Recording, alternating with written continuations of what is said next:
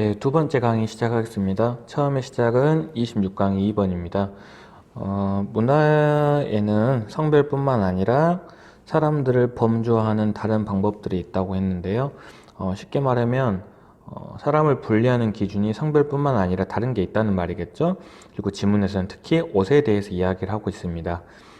사람을 이렇게 범주화한다, 사람들을 갖다가 집단으로 나눈다라는 표현으로 이 아래 분리한다는 표현까지 해서요, 총 세 가지의 범주화에 대한 영어 표현이 나왔고요.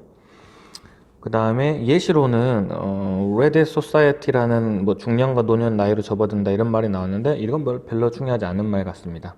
그리고 결국은 옷이 사람을 분리해주는 신호 체계 역할을 해서요, 결혼식 웨딩드레스를 생각하시면 아시겠지만 모든 사람들이 그걸 보면 암묵적으로 이 사람 결혼하는구나 라는 걸 알겠죠. 그렇게 하는 것처럼 사회적으로 중요하게 여겨지는 범주에서 시각적으로 보여지는 옷을 통해서 그 가치를 인정받는다 이 말이죠. 시각적으로 보여지는 그런 옷에 의해서 가치를 인정받고 자동으로 범주화가 된다 이런 뜻으로 보면 되겠습니다. 28강의 1번입니다. 사회적 존재감에 영향을 주는 사회적 촉진. 어려운 말이 나왔어요. 사회적 존재감에 영향을 주는 사회적 촉진 했는데 일단 그냥 기억하실 거로는 사회적 존재감에 영향을 준다 이런 내용으로 보셔도 되고요. 아니면 이 앞부분이 좀 기억이 잘 안 나겠다 싶으시면 이 부분 냅두시고 뒤에 읽어보시면 뭐라고 나왔냐면 사람들은 일반적으로 이 부분이죠. 여기서부터 사람들 일반적으로 타인에게 가능한 최선의 모습, 호의적인 인상을 주려고 노력한다는 생각에 근거를 둔다를 생각하시면 돼요. 쉽게 말하면 사람들은 다른 사람들한테 좋은 모습만을 보이려 노력한다는 거죠. 특히 누가 존재할 때, 관찰자나 협력자가 존재할 때, 자신이 열심히 일하도록, 즉 좋은 모습을 남들에게 보이려고 동기를 부여받을 수가 있는 거죠. 그런데 그런 열심히 하려고 동기를 부여받은 상황에서 막상 그 수행을 실패하면 당연히 당혹감도 증가한다는 겁니다. 다시 말하면 남들이 보고 있다는 사실을 알아서 열심히 하려고 했는데 실수해버리면 오히려 더 쪽팔리게 된다는 거죠. 이 내용을 다시 두 가지로 분류를 했어요. 첫 번째로는 하는 일이 단순하거나 익숙하면 동기부여가 향상을 만들어낸다는 거, 뭐 실수할 일이 없으니까 단순한 일을 할 때는 이 동기부여로 인해서 일을 더 열심히 하고 더 좋은 결과가 나올 거예요. 근데 오히려 과업이 하는 일이 어려우면 실은 처음에 실패하는 게 당연히 자연스러운 게 맞는데 이로 인한 당혹감 또는 쪽팔림이 커진다는 거죠. 그리고 거기로 인한 어떤 스트레스나 인지적 간섭이 생기고 이것 때문에 앞으로도 계속 과업 수행에 지장을 초래한다라는 내용이었습니다. 29강의 4번입니다. 세계화에 반대하는 사람들이 주권국가가 자신들의 이익을 보호하기 위해 존재한다고 믿어서 최고의 충성심을 가진다라고 했는데 쉽게 말해 일단 주권국가와 세계화가 반대된다는 개념을 알고 계실 거고요. 근데 그것뿐만 아니라 뒤에 보시면 민주국가 나오죠. 이 민주국가는 뭐랑 동일시하시면 되냐면 주권국가와 민주국가는 같다고 보시면 돼요. 민주국가니까 뭘 말해요? 자기의 목소리를 낼 수 있고 자기의 목소리를 낼 수 있다는 건 자신의 이익을 보호할 수 있다 이런 뜻으로 볼 수도 있겠죠. 이렇게 내용이 되는데 다시 말하면 세계화로 인한 어떤 결과는 자신들의 이익을 보호해주지 않는다는 말이 되겠죠. 그래서 여기서 이제 민주국가나 주권국가는 뭘 보시면 되냐면 뒤에 보시면 나오네요. 여기 있네요. 유럽이나 북아메리카니까 미국 같은 곳을 생각하시면 되겠습니다. 미국이나 유럽 같은 국가에서는 시민의 운명을 결정할 때 자신들의 어떤 발언권이 있어요. 그러니까 발언권이 있다는 건 자신의 이익을 보호하려고 노력할 수 있다는 거죠. 근데 이제 거기에 대조적으로 뭐가 있냐면 다국적 기업, 그 다음에 유럽연합, 여기서 유럽연합이에요. 아까 앞에서는 유럽이라는 국가가 나왔고요. 유럽에 있는 국가들. 여기서는 유럽연합이 나왔습니다. 다국적 기업, 유럽연합, 그 다음에 세계무역기구와 같은 관련 없는 국제관료체제, 경제시장 했는데 이런 건 냅두시고 어쨌든 이 다국적 기업, 유럽연합, 세계무역기구는 뭐에 대한 예시가 되는 거예요? 세계화에 대한 기관에 대한 예시가 되겠죠? 자, 이런 세계화 관련 기구들은 기구에서 사람들은 발언권이 없어요. 즉 자신의 이익을 대변하지 못하는 거죠. 그러면 이제 이 사람들의 입장에서 주장이 나오죠. 세계화로 인해서 시민들이 간섭하지 못하는 기관이 존재하는데 이 기관이 권력을 가져서 경제적, 문화적으로 영향력을 행사해버리면 이로 인해서 민주주의의 결함을 초래한다고 주장을 한다는 겁니다. 쉽게 말하면 이 기관이 힘을 가져서 나라에 영향을 끼쳐버리면 사람들의 어떤 발언이 들어가느냐? 그렇지 않다. 이건 민주주의가 아니다라고 말한다는 거죠. 왜 그러냐면요, 자신들이 통제할 수 없는 이 세계화된 기구가 있다는 것은 결국 거기에 의해서 스트레스를 받을 거 아니에요? 이로 인해서 어떤 소외나 불안감이 발생할 수도 있다. 이런 내용을 알려드리는 겁니다.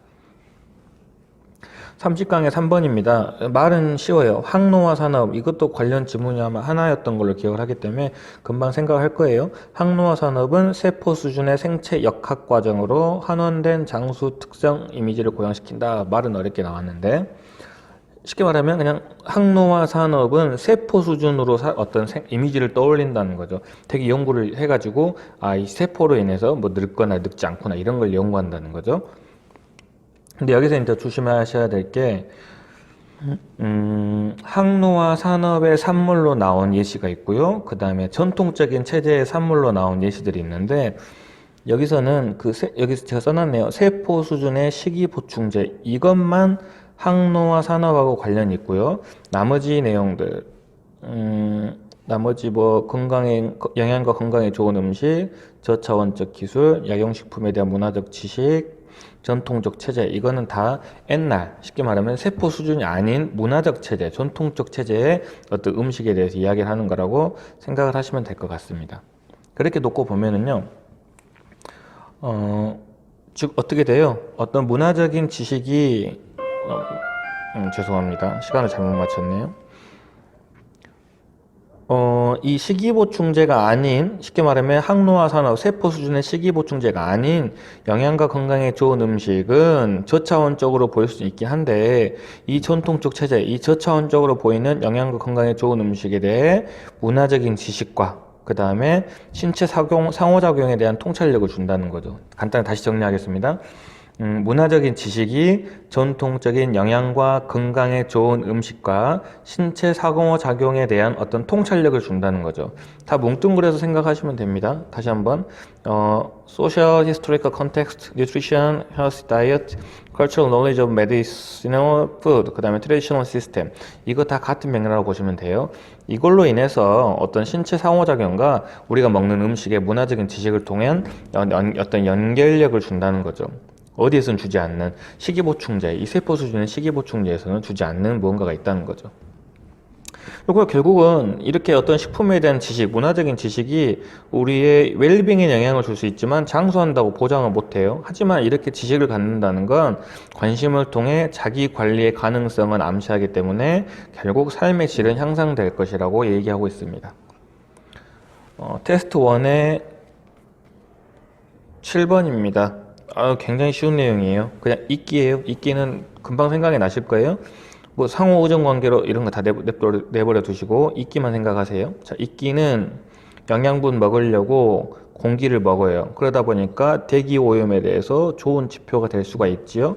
그리고 가운데 부분에 필요 없는 내용 나오죠. 오염된 지역에서는 이런 이끼가 있고, 중간 오염 지역에서는 이런 이끼가 있고, 깨끗한 지역은 이런 이끼가 있다. 뭐 이런 건 굳이 하려면 뭐 문장 배열에서 잠깐 들어갈까 말까 하는 생각이 드는데요.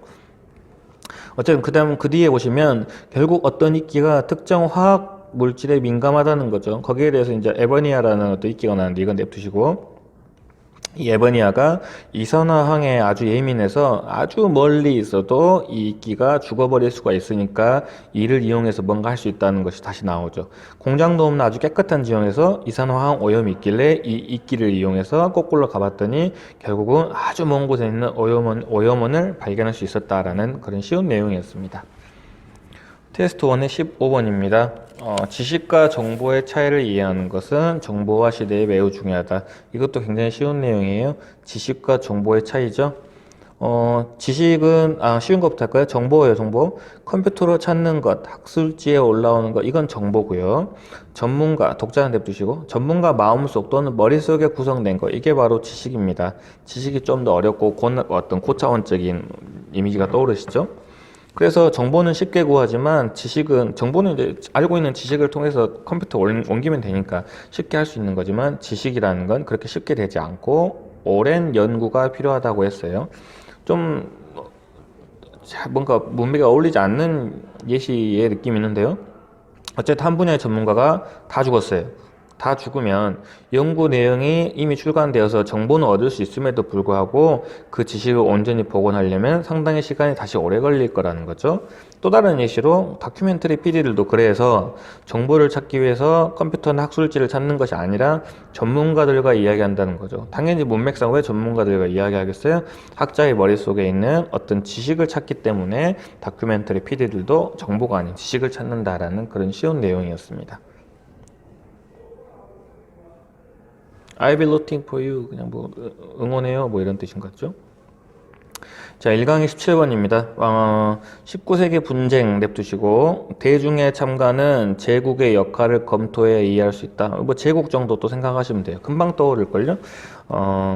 이걸 다른 말로 표현하면 분쟁에 있어서 대중이 왜 그 분쟁 또는 전쟁에 참가했는지 알아보려면 제국의 역할, 여기서 제국이라는 건 식민지 제국을 말하는 거거든요. 식민지 제국의 역할을 봐야 된다는 내용입니다. 일단 한 문장으로 줄이면요, 그 아싸가 다시 인싸가 되고 싶어서 그냥 거기에 대한 어떤 교환, 등가 교환의 역할로 전쟁에 참여한다 이런 내용인데요. 내용적으로 보시면 이 식민지 제국의 입장에서는 잉여 인간이나 잉여 자본을 외곽으로 보낸다는 거, 아싸화 시킨다는 거죠. 따돌린다는 거죠. 거기를 어떤 근거로 했냐 했더니 그 식민지에 있는 공무원들을 봤더니 얘들이 다 비주류의 사람들이라는 거죠. 아싸라는 거예요. 이런 걸 봤을 때 아싸들을 다 밖으로 보낸 거구나. 왜냐, 이 사람들 입장에서는 아싸를 갖다가 식민지로 정착시켜주는 것은 결국 내전을 피할 수 있는 것이라고 생각을 했기 때문에. 근데 거꾸로 이 아싸들의 입장에서는 식민지 분쟁에 참가를 하겠죠. 왜요? 어려운 말로는 뭐 본국 구성원이 되고자 라고 했지만 우리식으로 말하면 인싸가 되고자 해서 어떤 식민지 분쟁에 참여를 한다라고 생각하시면 되겠습니다. 예시로는 유럽에 있는 스코틀랜드가 처음에는 아싸가 되었죠. 근데 다시 전쟁에 참여해가지고 인싸가 되었다 이런 내용이 있었습니다. 오늘 마지막 문장에 보시면요, 제국주의, 식민지주의는요 결국 교환을 구성하는 중요한 역할을 했다 이런 뜻인데요. 여기서 교환이라는 걸 뭐 말하겠어요? 분쟁이나 전쟁에 참여해주는 대신에 자기를 갖다가 어떤 구성원의 일부 또는 인싸가 되도록 교환해주는 거, 이걸 얘기하고 있는 겁니다. 테스트 1의 22번입니다. 독특감에 대한 욕구, 독특감 생각하시고 스포츠팬 생각하시면 금방 나와요.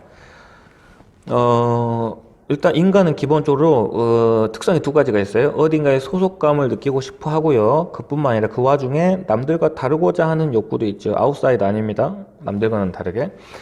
소속감을 느끼고 남들과는 다르게 이렇게 생각을 느끼고 싶어 하는 거예요. 거기에 대해서 이걸 종합하면 결국 뭐라고 하냐면 최적 독특성 이론이라고 하는데 뭐 이런 걸 물어보진 않을 것 같고요.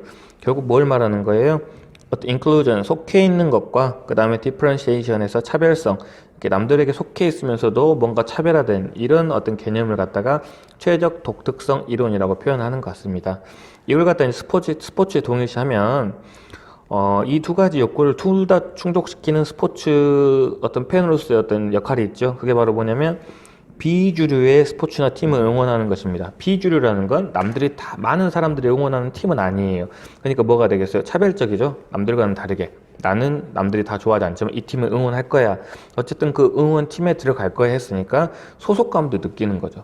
남들이 많이 응원하지 않는 어떤 응원 팀에 들어간다고 보시면 되겠습니다. 이걸 바로 어떤 차별에 대한 욕구를 어느 정도는 충족시키는 거다라고 표현을 하고 있지요. 네, 여기까지 해서 오늘도 12질문 마쳤습니다. 고생하셨습니다. 열공하시길 바래요.